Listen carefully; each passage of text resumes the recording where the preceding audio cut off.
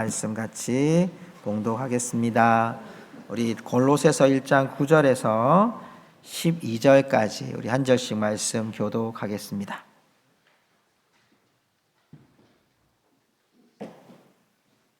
(1장 9절입니다) 이로써 우리도 듣던 날부터 너희를 위하여 기도하기를 그치지 아니하고 구하노니 너희로 하여금 모든 신령한 지혜와 총명의 하나님의 뜻을 아는 것으로 채우게 하시고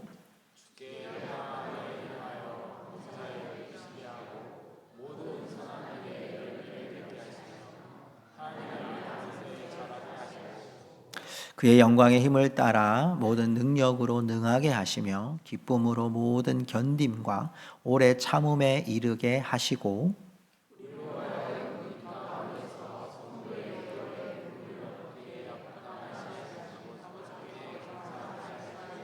원하노라. 아멘. 자리에 앉으셔서요, 우리 좌우에 계신 분들에게 이렇게 한번 고백하십니다. 한 해 동안 수고하셨습니다. 잘 달려오셨습니다. 라고 한번 격려하십시다. 한 해 동안 잘 수고하셨습니다. 잘 달려오셨습니다. 아멘. 하나님께서 우리에게 주신 최고의 선물 가운데 최근에 그런 생각이 들었어요. 시간이 참 선물이다. 여러분 그런 생각 해보신 적 있으십니까? 시간이 선물이다. 왜 선물이냐면요, 주어진 시간의 양이 아니라, 저는 그런 생각을 했습니다. 하나님이 우리에게 하루를 24시간 주신 게 참 감사하더라고요. 여러분 하루가 여러분 한 2배 내지 3배 정도 된다면 우리 몸이 견뎠겠습니까? 여러분 한 달이 30일 내지 31일인데요 한 달 30일 정도쯤 하니까 이제 우리가 여러분 한 달을 돌아볼 수 있고 준비할 수 있어요. 근데 여러분 한 달이 한 100일쯤 된다 이러면 얼마나 지겹겠습니까? 여러분 1년은 어떨까요? 1년이 365일인데 여러분 한 1년이 한 1000일쯤 된다 이러시면 얼마나 지겨운 시간들이 계속 가겠습니까? 계획하기도 어렵고. 그런데 하나님이 12달을 주시고 365일을 주시고, 이제 여러분 오늘이 28일인데요 3일 후면 또 새로운 한 해를 맞이하는 시간을 보내게 됩니다. 사랑하는 성도 여러분, 올 한 해도 하나님이 우리와 함께 하셔서 여기까지 온 줄로 믿습니다.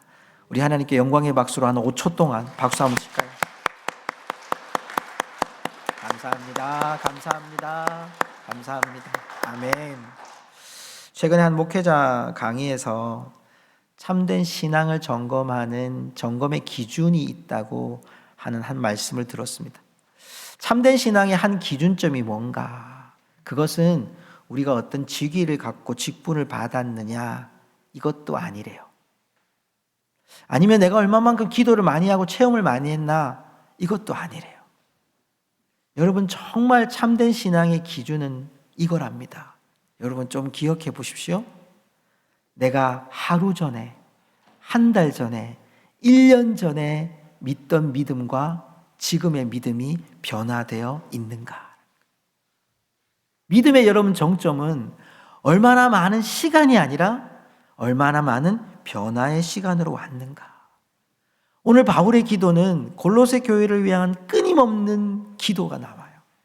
그 기도의 중심은 골로새 교회가 어떻게든 하나님 앞에 바로 세워지기를 간절히 바라는 바울의 소망을 이 기도에 담고 있습니다. 사랑하는 성도 여러분, 2025년을 마감하고 2026년을 시작하는 이 시점 속에서 우리가 오늘 이 바울의 기도를 통해서 우리는 어디까지 와 있는지, 우리는 정말 성도다운 삶을 위해서 얼마만큼 달려와 있는지를 돌아보면서 새로운 한 해 우리가 멋지게 시작할 수 있기를 주님의 이름으로 축복합니다. 자, 바울의 그 첫 번째 기도의 소망이 여러분 9절에 나옵니다. 9절의 말씀을 한번 볼까요? 자, 9절의 말씀을 보면 바울이요 그치지 않고 기도한다고 돼 있어요.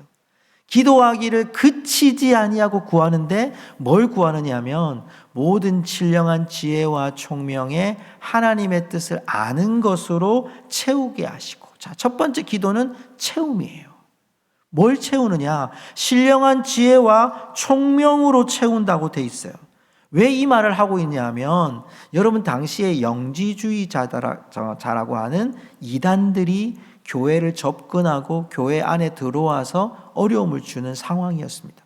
이 영지주의자들이 믿음 있는 사람들을 정말 헷갈리게 만드는 일이 뭐냐면 예수님은 믿는데 예수님이 육체로 오신 것은 안 믿고 영으로 온 것만 믿는다는 거예요. 여러분도 헷갈리죠? 예수님이 육신으로 오신 것을 우리가 믿는데 예수님이 육신으로 오신 것을 안 믿는 이유는 뭐냐? 영은 깨끗하고 육은 더러운 거예요. 예수님이 어떻게 육을 입고 오냐? 더러운데. 깨끗한 것, 영으로만 오신 거다. 이 사람들은 예수님을 본 적도 없는 사람들이거든요. 그러니까 이렇게 교회 안에 들어와서 초대교회는 이 예수님을 직접 만났고 따라갔던 제자들이 세운 교회들이란 말이에요. 근데 그 말씀을 듣고 그들이 믿고 예수님을 영접했는데도 불구하고 이런 영지주의자들이 교회 안에 들어와서 흙탕물을 만드는 거예요. 그런 가운데 이 바울이 지금 골로새 교회를 향해서 하는 말이 너희들에게 신령한 지혜와 총명이 있기를 원한다. 여기 여러분 지혜라는 말은 탁월함이라는 뜻을 가지고 있습니다. 총명이라는 뜻은 판단력, 통찰력이라는 뜻을 가지고 있습니다. 그러므로 신령한 지혜와 총명으로 얻는 것이 무엇입니까? 우리 가운데 통찰력을 가지고 우리 가운데 온전한 판단력을 가지고 탁월한 지혜를 가지고 우리가 뭘 판단해야 되냐면 자, 여러분 이 말씀 제일 밑에 있는 구절을 한번 같이 읽어볼까요? 시작. 하나님의 뜻을 아는 것으로 채우게 하시고 아멘. 우리 안에 충만해져야 되는데 하나님을 아는 것, 여러분 이 아는 것은 지식이 아니에요. 글을 우리가 책을 읽어서 알고 있는 머리에 있는 지식이 아니라 체험적인 실제적인 아는 거예요. 그러니까 하나님의 뜻을 안다는 건 하나님의 뜻으로 내가 계속 체험하고 내 삶의 현장에서 하나님의 뜻을 알아가고 깨달아감을 통해서 내 삶에 하나님이 어떤 분이신가를 내 영혼에 내 마음에 계속해서 풍성하게 채워나가는 게 바울의 첫 번째 기도의 모습이었다. 성도된 삶을 위해서 우리가 해야 될 삶의 그 첫 번째 원칙, 우리가 첫 번째 기준점, 첫 번째 여러분 우리의 점검표는 1번의 점검표는 무엇이냐면 내가 지금 이 한 해를 달려오면서 얼마나 하나님의 뜻을 아는 일을 채워가는 상황이 어떠했느냐, 현실이 어떠했느냐, 나는 이 2025년을 달려오면서 생각하지 못했던 사건을 만났거나 여러분 때로는 우리가 이해할 수 없는 일들이 우리 가운데 일어나거나 삶에 큰 변화가 일어난 거나 여러분 그것은 우리 모든 사람에게 어쩌면 여러분 각자에게 다르게 하나님 나타날 수 있어요. 중요한 건 그 상황 속에서 내가 하나님을 더욱 알아가기 위해 하나님을 아는 일을 위해 내 삶이 하나님의 뜻에 맞춰지기 위해 내가 살아왔느냐라는 거예요. 무엇을 채웠느냐. 사랑하는 성도 여러분, 주의 교회에 이 말씀을 듣는 우리 모든 성도들이 여러분 이 한 해를 달려왔던 우리의 시간 속에서 더욱더 하나님을 아는 일에 채워가는 주의 성도들이 되시기를 주님의 이름으로 축복합니다. 이게 기준점입니다. 믿음이 뭡니까? 내 안에 하나님을 얼마만큼 더 많이 알고자 하는 일에 있습니다. 여러분 사업을 하는 분들은요, 사업을 통해서 내가 얼마만큼 많은 이윤을 남겼고 어디에 더 투자를 해야 되고 어떤 사람을 만나야 되고 내년에는 어느 곳에 더 많은 우리가 투자와 재정을 투입해야 될 것인가, 여러분 그런 것들을 고민합니다. 그렇죠? 여러분 예수 믿는 사람들은 뭘 고민해야 됩니까? 내년에 내가 어떤 일을 계획하고 있고 내 자녀들은 무엇을 해야 되고 내 자녀들은 어떤 시험에 합격해야 되고 물론 우리의 상황과 현실들은 똑같이 마주합니다. 그런데 그 속에서 여러분 플러스 원이 아니라 여러분 우리 안에 하나님을 아는 일이 우리 가운데 우선순위가 될 수 있기를 주님의 이름으로 축복합니다. 이게 충만입니다. 내가 하나님을 아는 일에 더욱 충만해지는 것. 자, 두 번째로 보십시오. 10절 말씀을 보니까요, 하나님의 뜻이 아닌 것이 무엇인지를 표현합니다. 자, 이 말씀을 우리 현대인의 성경으로 한번 읽어볼까요? 같이 읽겠습니다. 그래서 여러분이 주님을 믿는 성도다운 생활을 하여 모든 일에 주님을 기쁘시게 하고 모든 선한 일에 열매를 맺으며 하나님을 아는 지식이 점점 자라기를 바라는 것입니다. 성도다운 삶의 두 번째 기준이 뭐냐? 자람에 있습니다. 오늘 말씀해 보십시오. 모든 일에 주님을 기쁘시게 하고 모든 선한 일에 열매를 맺어서 하나님을 아는 지식을 아는 것뿐만 아니라 자라나기를 바란다라고 돼 있어요. 여러분 여기에 기쁘시게 하다라고 하는 이 기쁘시게라는 뜻이요, 기뻐한다라는 이 뜻이 여러분 이런 뜻이더라고요. 아레스케이아라고 하는 단어인데 비위를 맞추다 이런 뜻이. 여러분 우리가 부모님의 어떤 생신이나 또 좋은 일을 위해서 우리가 그 마음을 맞추잖아요. 내 생각하고 다르지만 또 때로는 우리가 직장에서 우리 상관들하고 관계를 맺을 때 그들의 여러분 물론 이 부정적인 말이 아니고요, 서로의 마음을 맞추려고 하죠. 그게 기쁘시게 하는 단어의 원어적인 표현이거든요. 성도다운 삶의 기준이 뭐죠? 하나님을 기쁘시게 하기 위해, 하나님의 마음을 기쁘시게 하기 위한 우리의 의도와 태도와 행동과 결단이 나타나는 것이 여러분 우리 가운데 하나님의 뜻을 알아가는 거죠. 어떻게 하면 하나님의 뜻을 압니까? 하나님을 어떻게 하면 기쁘시게 할까? 하나님을 어떻게 하면 하나님의 뜻에 맞춰진 선한 열매를 맺어갈 수 있을까라고 말하는 거죠. 현대어 성경에 보면 이 여러분 선한 일에 대하여 착한 일과 친절을 베푸는 것이라고 표현되어 있습니다. 쿰란 공동체의 책에 보면요, 초기 기독교 공동체인 쿰란 공동체에서는 이 구절에서 이런 말씀을 씁니다. 모든 선행에 집착하라. 왜? 하나님을 기쁘시게 하는 일. 그것이 하나님을 아는 일이고 그것을 하나님이 체험하는 일이기 때문에 너희는 성도다운 삶을 위해서는 하나님을 아는 지식, 하나님의 마음을 맞추는 일에 너희들의 마음을 사용하라고 말씀하고 있다는 것입니다. 사랑하는 성도 여러분, 우리의 태도를 잘 보십시오. 이 한 해를 달려오면서 여러분 내 주위의 사람들이 모여지고 있습니까? 아니면 멀어지고 있습니까? 여러분 이것은 우리의 사람들의 관계 속에서 하나로 나타나는 증거예요. 우리가 하나님과의 관계를 맺을 때 하나님 앞에서 우리가 모여지는, 하나님 앞에 우리가 나아가는 삶이 우리 가운데 여러분 되어가고 있습니까? 아니면 하나님과 우리와의 관계가 점점 더 멀어지는 관계 속에 나아가고 있습니까? 사랑하는 성도 여러분, 오늘 우리가 돌아봐야 될 우리의 삶 속에 우리는 과연 자라고 있는가? 여러분 믿음의 삶은요, 자람에 있습니다. 얼마나 자랐느냐는 얼마나 변화되어져 가느냐죠. 우리 자녀들이 자라면 키가 크잖아요. 몸이 커져가나요? 그것뿐만 아니라 입술의 변화들이 일어납니다. 마음의 변화들이 일어납니다. 주의 성도들도 마찬가지입니다. 주의 교회에 오는 일들이, 예배하는 일들이, 기도하는 일들이, 여러분 우리 안에 봉사하는 일들이 기쁨으로 다가오기 시작합니다. 왜냐하면 내가 하나님의 비위를 맞추고 싶거든요. 하나님을 기뻐하는 내 마음의 의도가 생기는 거거든요. 행동이 생기는 거거든요. 오늘 저와 여러분에게 나눠드린 여러분 청지기의 직분이 내년 1년을 마치고 난 후에 저와 여러분의 삶 속에 기쁨의 열매가 되고 선한 열매가 맺혀지기를 주님의 이름으로 축복합니다. 여러분 우리가 하나님의 일을 감당할 때 교회뿐이겠습니까? 가정도 하나님이 우리에게 맡기신 청지기의 길이에요.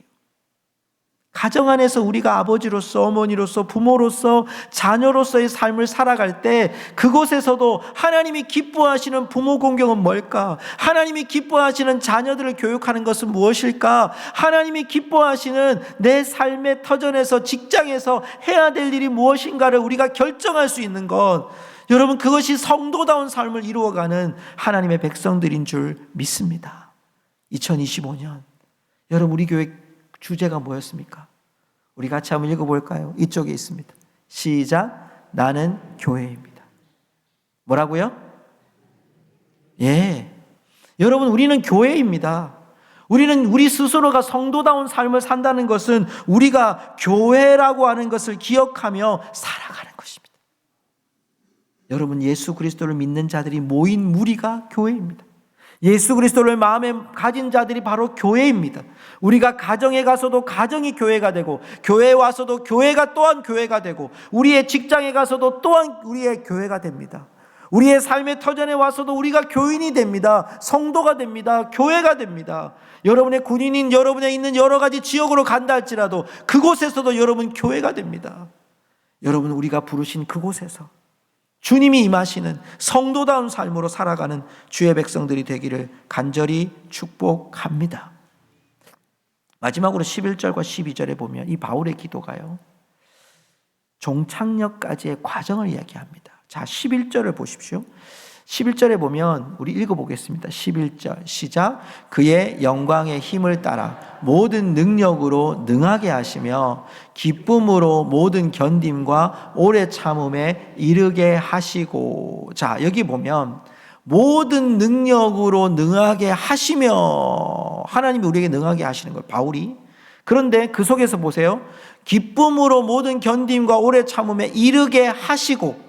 결국 여러분, 우리는 믿음의 과정 속에 성도다운 삶을 통해 마지막 예수 그리스도께서 임하실 그날까지 우리가 이르는 일을 계속하는 거예요. 이 말씀을 현대어 성경으로 보면 하나님의 위대하고 영광스러운 힘이 여러분에게 채워져서, 하나님의 힘이 채워져서 어떤 일이 닥치더라도 계속 전진해 나가고 언제나 주께서 주시는 기쁨이 충만하기를 기도합니다. 과정이에요. 우리가 충만해지는 과정, 우리가 자라나는 과정에 뭐가 있느냐? 여러분, 하나님의 영광스러운 힘이 우리 가운데 채워지는 줄 믿습니다. 우리가 우리 힘으로 감당하는 게 아니에요. 우리 의지로 감당하는 게 아니라 하나님의 영광스러운 힘이 우리 가운데 채워져서, 여러분 보세요. 여기도 마찬가지로 힘이 먼저 나오고 그 다음에 어떤 일이 닥치더라도 나오는 거예요. 우리에게 하나님이 힘을 주시고 공급하셔서 이 문제를, 이 어려움을, 이 현실을, 이 상황을 하나님께서 뚫고 나갈 수 있도록, 전진해 나갈 수 있도록, 그래서 결국은 우리에게 기쁨을 주시려고 하는 것이 하나님의 뜻이라고 말씀하고 있다는 거죠. 여러분, 이 말씀을 제가 전하면서도 그런 생각이 들어요. 우리의 의지로는 여러분 견딜 힘이 하나도 없어요. 우리의 의지로는 맞서 싸울 능력이 여러분 안 돼요.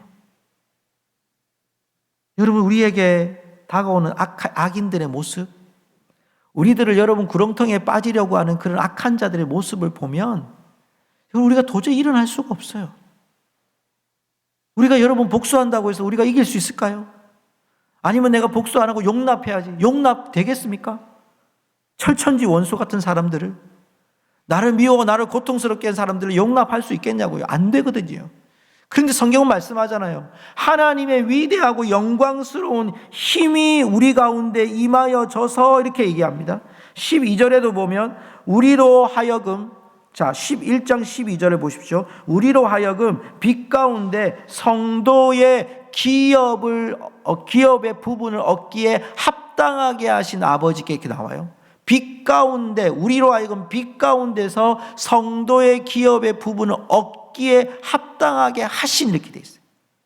여러분, 우리가 할 수 없는데 하나님의 능력이 임하고 우리에게 빛 대신 예수 그리스도께서 임하셔서 우리의 삶을 돌아보게 하고 깨닫게 하시는 줄 믿습니다. 그러기에 우리가 우리의 삶의 채움과 우리의 삶의 자람 가운데 그 과정에서 우리가 뭘 봐야 되냐면, 여러분, 우리에게 닥쳐진 현실을 보는 게 아니라 하나님의 영광스러운 힘을 봐야 된다는 거예요. 그게 여러분 우리 가운데 우리의 삶의 점검표예요. 나는 지금 어디를 보냐는 거예요. 밑바닥을 쳐다보고 있느냐는 거예요. 닥쳐진 상황을 쳐다보고 있느냐는 거예요. 우리에게 닥쳐진 현실 때문에 우리가 절망하고 낭망하고, 내가 정말 올해도 실패했구나, 달려왔는데 남은 건 남은 돈도 없고 내 사람들한테 인정도 못 받고 내 삶은 점점 더 피폐해져 갖고, 이런 상황과 현실에 우리가 묶여지지 않고 하나님이 영광스러운 힘을 주실 걸 바라보면서 소망의 하나님을 바라보고, 그 소망의 하나님이 영광스러운 힘으로 내게 허락해 주시고 내가 그곳에서 그 과정을 잘 견딤으로, 뚫고 나감으로 우리 가운데 그 나라에 이를 때까지, 우리에게 주신 그 영광스러운 기업을 주실 때까지 나아가는 그 믿음, 하나님은 오늘 성도의 삶을 우리에게 이렇게 요청하고 계시는 줄 믿습니다. 2025년 주의 은혜로 52주를 달려왔습니다. 우리 고성중앙교회 성도님들이 너무나도 많이 수고하시고 땀 흘리고 헌금하시고 봉사하시고, 또 함께했던 많은 프로그램들, 또 우리가 함께 예배했던 그 중요한 순간들을 또 어려울 때 같이 하고, 또 기뻐하는 일에 같이 기뻐했던 우리 교회가 올 한 해 동안 하나님의 은혜로 잘 달려온 줄로 믿습니다. 이 한 해를 정리하면서 제 안에 가장 기억됐던 한 구절의 메시지가 무엇일까? 그런 생각이 들었습니다. 저는 이 한 해 동안 참 많은 메시지를 전하기도 했고요, 듣기도 했지만 제게 남아 있었던 한 구절은 이것이었습니다. 얼마 전에 다니엘 기도에서 입양을 하신 목사님이 고통스러운 현실을 마주하고 하나님 앞에 섰습니다. 그리고 하나님께 이렇게 기도합니다. 하나님, 왜 나입니까? 왜 나입니까? 입양했던 그 자녀가 정신적인 질환과 육체적인 질환으로 인해서 가족을 너무너무 고통스럽게 한 거예요. 그래서 가족이 회의를 하는 거예요. 이제 이 아이를 이제 우리가 더 이상 할 수가 없다. 이제 그만하자. 그렇게 고백하는 아버지의 이야기에 태어난 자녀들이 이런 고백을 하는 거예요. 아버지, 우리 떨어질 수 없어요. 우리 가족이에요. 아버지인 목사님이 어떻게 할 수가 없는 거예요. 이렇게 할 수도 없고 저렇게 할 수도 없고 붙잡고 가자니 너무 고통스럽고 또 놓고 가자니 가족들을 아프게 하는 일들 앞에서 하나님께 그렇게 물은 거예요. 하나님, 왜 나입니까? 왜 나에게 이런 아픔을 주십니까? 이걸 내가 짊어지고 가야 되는 겁니까? 라고 하나님께 외치고 호소했다는 거예요. 그런데 하나님께서 눈물로 기도하고 있는 목사님께 이런 대답을 하셨어요. 너니까 맡겼어. 너니까 맡겼어. 제 마음에도 계속 울리는 이 너니까 맡겼어라는 단어가, 한 구절이 올 한 해 저를 달려오면서 새기게 하는 단어였습니다. 너니까 너의 그 가정을 내가 맡겼어. 너니까 고성중학교를 맡겼어. 너니까 그 어린이 사역 맡겼어. 너니까 너의 그 부모님을 맡긴 거야. 너니까 너의 직장을 맡긴 거야. 너니까. 여러분, 이 음성은 하나님이 나를 향한 나의 충만함, 채워가야 될, 하나님을 아는 지식으로 채워가고 하나님을 아는 지식으로 자라나고 결국 하나님 나라에 이를 때까지 나에게 주신 하나님의 음성이었어요. 너니까. 성도 여러분, 우리의 가정을 돌아보면 여러분에게 이런 이 한 해 동안, 아니 여러분 달려온 시간만큼 하나님 앞에 호소하고 싶을 때가 많으셨을 겁니다. 안 되니까. 내 입으로 안 되니까. 해봤지만 한계에 부딪히니까. 그런데 하나님이 우리에게 주시는 말씀은 너니까. 너에게 교회를 맡긴 거야. 너에게 그 남편을 맡긴 거야. 너에게 그 아내를 맡긴 거야. 너에게 그 자녀를 맡긴 거야. 너에게 그 회사에 너를 고통스럽게 하는 동료를 맡긴 거야. 너에게 이 대한민국을 맡긴 거야. 성도 여러분, 하나님이 부족한 우리들을 가정으로, 교회로, 직장으로, 이웃으로 파송하셔서 우리의 가치가 하나님의 자녀로서, 한 사람의 교회로서 우리를 이 한 해 동안 달려오게 하신 줄 믿습니다. 여러분, 이제 신앙의 기준점을 잡으십시오.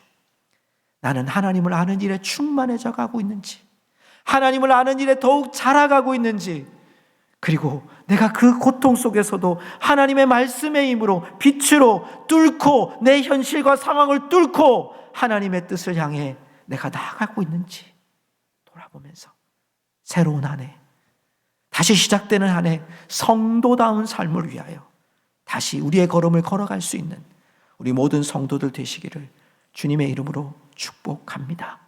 기도하겠습니다.